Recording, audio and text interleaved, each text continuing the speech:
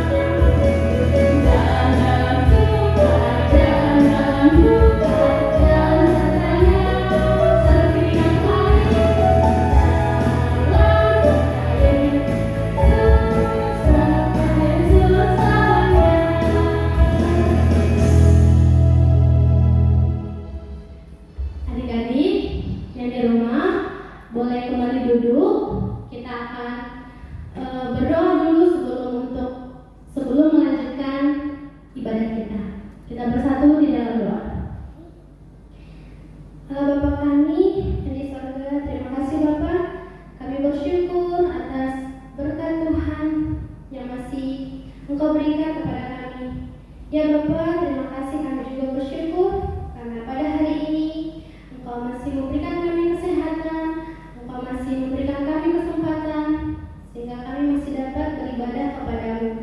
Ya Bapa, seluruh ibadah kami hanya kami serahkan ke dalam tangan Bapa.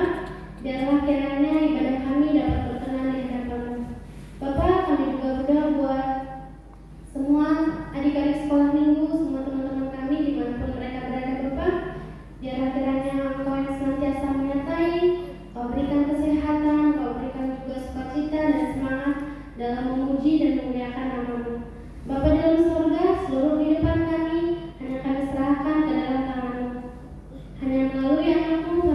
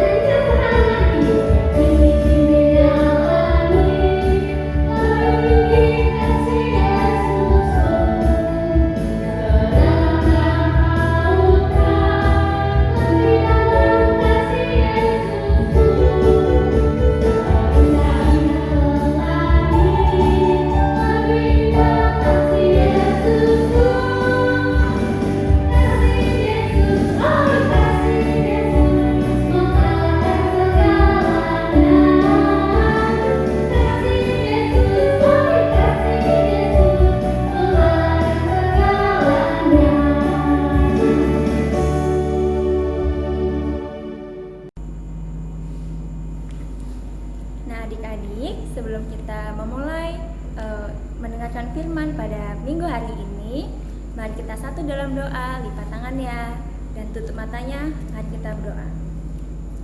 Tuhan Yesus yang baik, terima kasih ya Bapa, kami mengucap syukur jika pada hari ini ya Bapa, pada minggu ini kami anak-anak sekolah minggu dapat kembali berkumpul di rumah kami masing-masing untuk mengadakan ibadah sekolah minggu ya Bapa. Kiranya sebelum mendengarkan firman-Mu, Engkau buka hati dan pikiran adik-adik kami agar adik-adik dapat memahami semua isi dari firman-Mu Tuhan dan dapat memahami cerita yang akan adik-adik dengarkan. Begitu juga dengan kakak sekolah minggu ya Bapa yang akan menyampaikan firman-Mu, Tuhan juga memberkatinya. Terima kasih Tuhan, dari awal, pertengahan, hingga pada akhirnya firman-Mu ini kami mau bawa ke dalam tangan-Mu. Amin. Adik-adik, sudah dipersiapkan Alkitabnya? Mari kita buka Alkitabnya di kitab Filipi pasalnya yang kedua, ayat 25 sampai dengan ayatnya yang ke-30. Sekali lagi, Filipi 2 ayatnya yang ke-25 sampai ayatnya yang ke-30. Mari kita baca bersama-sama ya adik-adik. Sementara itu, kuanggap perlu mengirimkan Epafroditus kepadamu, yaitu saudaraku dan teman sekerja serta teman seperjuanganku, yang kamu utus untuk melayani aku dalam keperluanku. Karena ia sangat rindu kepada kamu sekalian dan susah juga hatinya sebab kamu mendengar bahwa ia sakit. Memang benar ia sakit dan ia nyaris mati. Tetapi Allah mengasihani dia, dan bukan hanya dia saja, melainkan aku juga, supaya duka citaku jangan bertambah-tambah. Itulah sebabnya aku lebih cepat mengirimkan dia, supaya bila kamu melihat dia, kamu dapat bersuka cita pula dan berkurang duka citaku. Jadi, sambutlah dia dalam Tuhan dengan segala sukacita dan hormatilah orang-orang seperti dia. Sebab, oleh karena pekerjaan Kristus, ia nyaris mati dan ia mempertaruhkan jiwanya untuk memenuhi apa yang masih kurang dalam pelayananmu kepadaku. Nah, adik-adik, menurut kitab Filipi 2 yang kita baca tadi, kita mau bercerita tentang siapa? Adik-adik tahu kita mau cerita tentang siapa? Pada minggu ini, kita akan bercerita tentang Epafroditus. Siapa adik-adik namanya? Epafroditus. Ya, benar sekali. Adik-adik tahu nggak Epafroditus itu siapa sih adik-adik? Nah, Epafroditus itu namanya kita jarang dengar ya adik-adik. Kakak juga jarang sih dengar namanya dia di dalam Alkitab. Tapi Epafroditus itu adalah rekan dari Paulus, dari Rasul Paulus. Rasul Paulus menganggap dia sebagai saudara, rekan kerja, dan sesama perjuangan Rasul Paulus. Nah, dalam cerita kita pada minggu hari ini, Epafroditus itu diutus oleh jemaat Filipi. Pada suatu hari, Epafroditus itu jemaat Filipi adik-adik tinggalnya juga di Filipi. Lalu pada suatu hari dia dimintai tolong oleh jemaat Filipi untuk pergi ke tempatnya Rasul Paulus. Kemana ya adik-adik? Ke kota Roma. Rasul Paulus itu pada saat itu ada di dalam penjara. Lalu jemaat Filipi ini rindu untuk bertemu Rasul Paulus. Lalu dikirimnyalah Epafroditus ini ke tempat Rasul Paulus. Lalu mau nggak ya adik-adik Epafroditus ini disuruh ke tempatnya Rasul Paulus? Mau. Dia mau pergi ke tempatnya Rasul Paulus. Lalu bersiap-siaplah dia, bawa bekal, bawa semuanya yang dia perlukan untuk pergi ke tempatnya Rasul Paulus, untuk pergi ke kota Roma. Lalu dia pergi nih. Tempatnya nggak jauh adik-adik, tempatnya sangat jauh, maksud kakak. Jauh sekali. Dulu itu belum ada sepeda motor, belum ada mobil, belum ada pesawat terbang kayak sekarang nih adik-adik. Adik-adik mau pergi jauh, bisa nih adik-adik misalnya mau pulang kampung ke Medan, tuh dari Bali ke Medan kan jauh, tapi karena sudah ada pesawat jadinya cepat. Tapi ketika zamannya Epafroditus ini adik-adik, belum ada tuh yang namanya sepeda motor, mobil, apalagi pesawat. Jadi dia harus berjalan untuk ketemu Rasul Paulus. Nah, perjalanan ini jauh sekali, sangat melelahkan adik-adik. Tapi dia ini adalah hamba yang setia, anak yang setia. Jadi dia mau pergi taat untuk mengikuti apa yang diperintahkan oleh jemaat, apa yang dimintai tolong ke dia mau tekun untuk melaksanakannya. Jadi dia pantang menyerah nih adik-adik, meskipun dia udah capek, udah kelelahan, tapi dia tetap setia, tetap semangat. Lalu seperti ini nih adik-adik gambar perjalanan dari Epafroditus. Ini ya di layar ini ya, dilihat ya. Lalu tibalah dia di penjara tempat Rasul Paulus. Nah, gimana nih perasaan Rasul Paulus melihat Epafroditus? Tentu sangat senang sekali kedatangan Epafroditus, saudaranya, rekan perjuangannya. Lalu Epafroditus itu tinggal di penjara tempat Rasul Paulus itu lumayan lama adik-adik. Dia melayani Rasul Paulus dengan senang hati. Dia diam di sana untuk melayani, untuk membantu Rasul Paulus.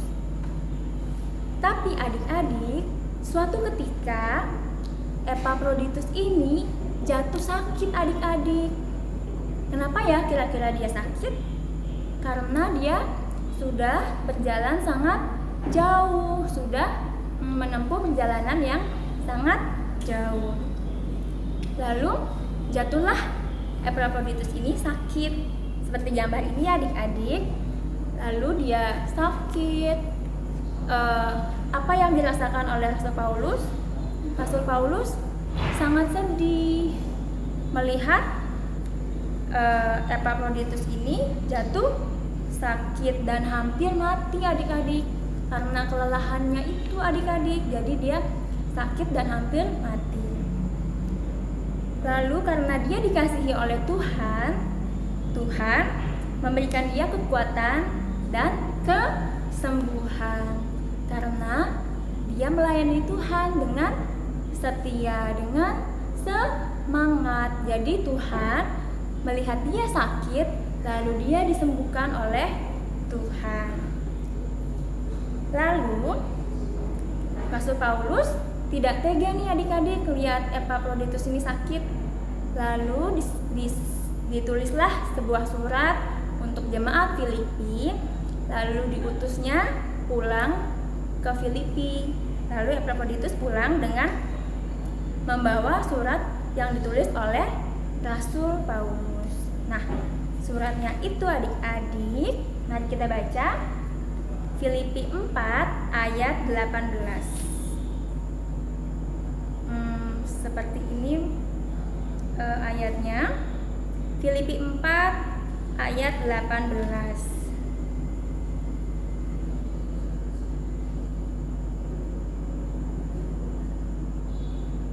Mari kita baca ya adik-adik. Kini aku telah menerima semua yang perlu daripadamu, malahan lebih daripada itu aku berkelimpahan. Karena aku telah menerima kirimanmu dari Epafroditus, suatu persembahan yang harum dan suatu korban yang disukai dan yang berkenan kepada Allah. Nah, begitulah kira-kira isi dari surat Rasul Paulus untuk jemaat Filipi. Jadi, bergegaslah pulang Epafroditus kembali ke Filipi untuk menyampaikan pesan dari Rasul Paulus agar jemaat Filipi yang merindukan Rasul Paulus dapat terobati rindunya dengan kedatangan Epafroditus. Nah, adik-adik, dari cerita yang kita dengarkan ini, dari sebuah kisah dari seorang Epafroditus, apa nih adik-adik yang bisa kita petik, kita pakai, kita ambil untuk kehidupan kita sehari-hari? Apa adik-adik? Banyak ya adik-adik pelajaran yang dapat kita ambil dari kisahnya Epafroditus ini. Epafroditus ini adik-adik adalah seorang hamba yang setia, anak Tuhan yang setia. Siapa nih yang mau setia sama Tuhan? Kita semua pasti kan mau setia sama Tuhan, kakak juga, adik-adik juga. Jadi banyak nih pelajaran yang kita dapat dari kisah Epafroditus. Nah, dari contohnya nih, adik-adik di rumah, contoh dari kesetiaan yang dapat diambil dari Epafroditus adalah adik-adik rajin berdoa. Rajin berdoa menunjukkan adik-adik setia kepada Tuhan, rajin baca Alkitab, dan juga rajin sekolah minggu. Jadi setiap hari Minggu, meskipun kita belum bisa ketemu di gereja, adik-adik tetap semangat sekolah minggu. Itu menunjukkan bahwa adik-adik taat dan setia akan perintah Tuhan Yesus. Nah, selain itu, apa nih adik-adik yang bisa diambil contohnya? Adik-adik juga rajin membantu orang tua di rumah. Jadi, adik-adik juga taat sama orang tua. Selain Tuhan, adik-adik di dunia ini, di bumi ini, adik-adik juga harus taat sama orang tua. Itu juga perintah dari Tuhan. Nah, kalau mamanya minta tolong, Vio, misalnya nih adik-adik ya, Vio, tolong mama dong bantu beresin tempat tidur. Jadi Vio harus rajin. Begitu juga dengan adik-adik yang lain, misalnya dimintain tolong orang tuanya untuk membantu di rumah, adik-adik harus mau dan mengerjakannya dengan semangat. Baik adik-adik, sekian firman Tuhan, cerita sekolah minggu pada hari ini. Mari kita tutup di dalam doa juga. Mari kita lipat tangan dan tutup matanya. Mari kita satu di dalam doa. Tuhan Yesus yang baik, terima kasih Bapa kalau hari ini kami boleh mendengarkan firman-Mu Tuhan. Kiranya firman-Mu ini boleh menjadi pegangan buat adik-adik kami, boleh menjadi contoh seperti Epafroditus yang mau taat, yang mau menjadi anak setia, membantu melayani Tuhan. Begitu juga dengan adik-adik, kiranya adik-adik boleh taat dan setia melayani Tuhan, membantu juga kedua orang tua di rumah. Terima kasih ya Bapa buat firman-Mu. Kiranya minggu depan kami boleh berkumpul di rumah kami masing-masing untuk sekolah minggu kembali, untuk mendengarkan juga sebagian dari firman-Mu. Terima kasih ya Bapa, terpujilah nama-Mu dulu, sekarang, dan sampai selama-lamanya. Amin.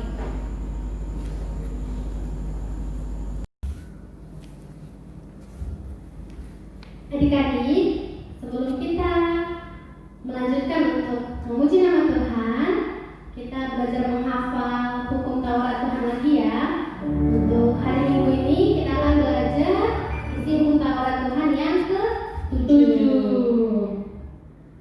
Kakak dan Inang Pendeta dan kakak akan mengucapkan terlebih dahulu. Setelah itu adik-adik dan kita bersama boleh sama-sama mengucapkan. Hukum Taurat yang ke-7. Jangan engkau berzina. Sekali lagi. Hukum Taurat ke-7. Jangan engkau berzina. Kita memuji nama Tuhan lagi. Adik-adik boleh bangkit berdiri lagi. Kita sama-sama untuk memuji nama Tuhan. Lagu sekolah minggu yang berjudul Sekolah Minggu Paling Nyata. Mungkin ini lagu baru buat adik-adik. Jadi kita boleh sama-sama belajar ya.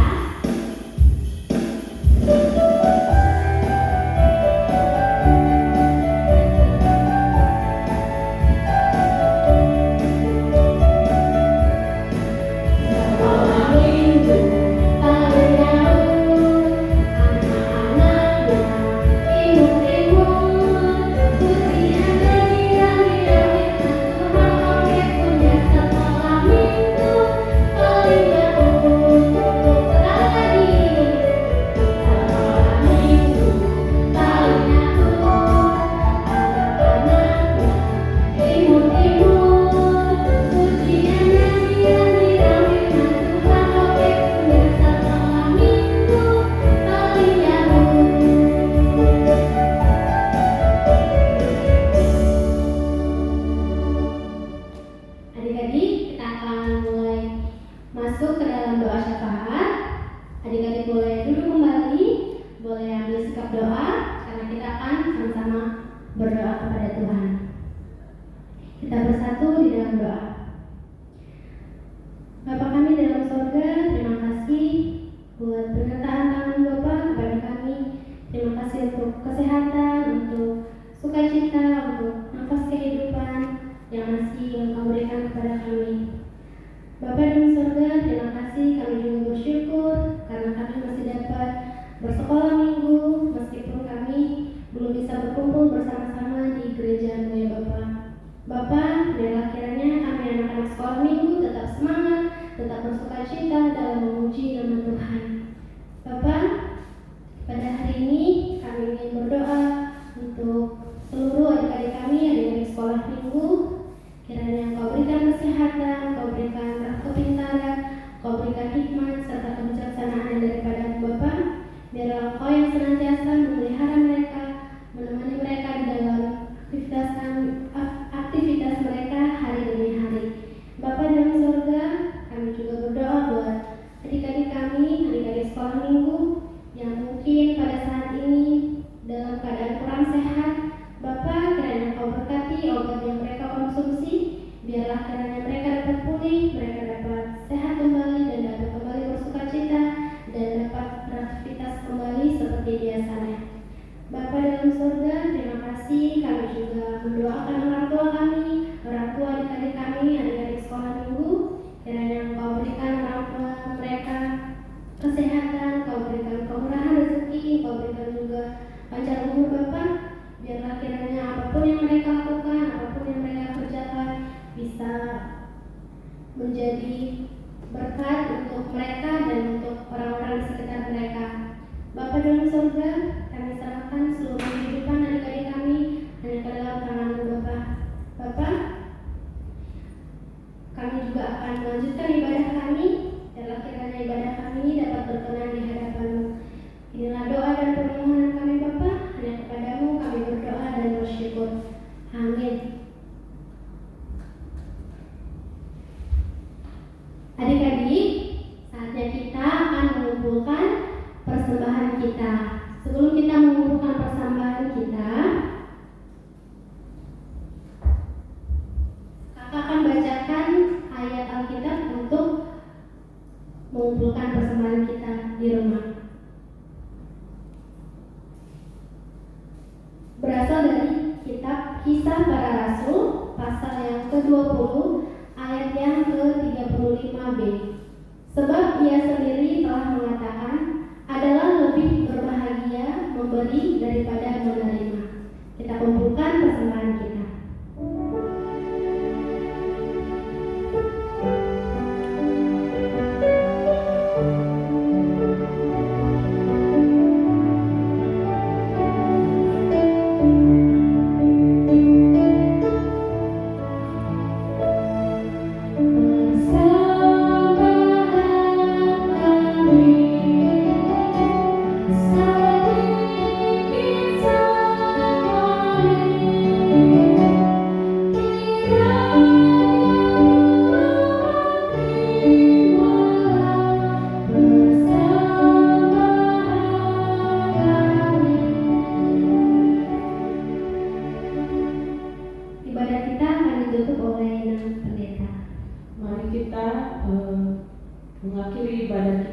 kita berdoa, sama-sama kita mengucapkan doa Bapa kami. Bapa kami yang di surga,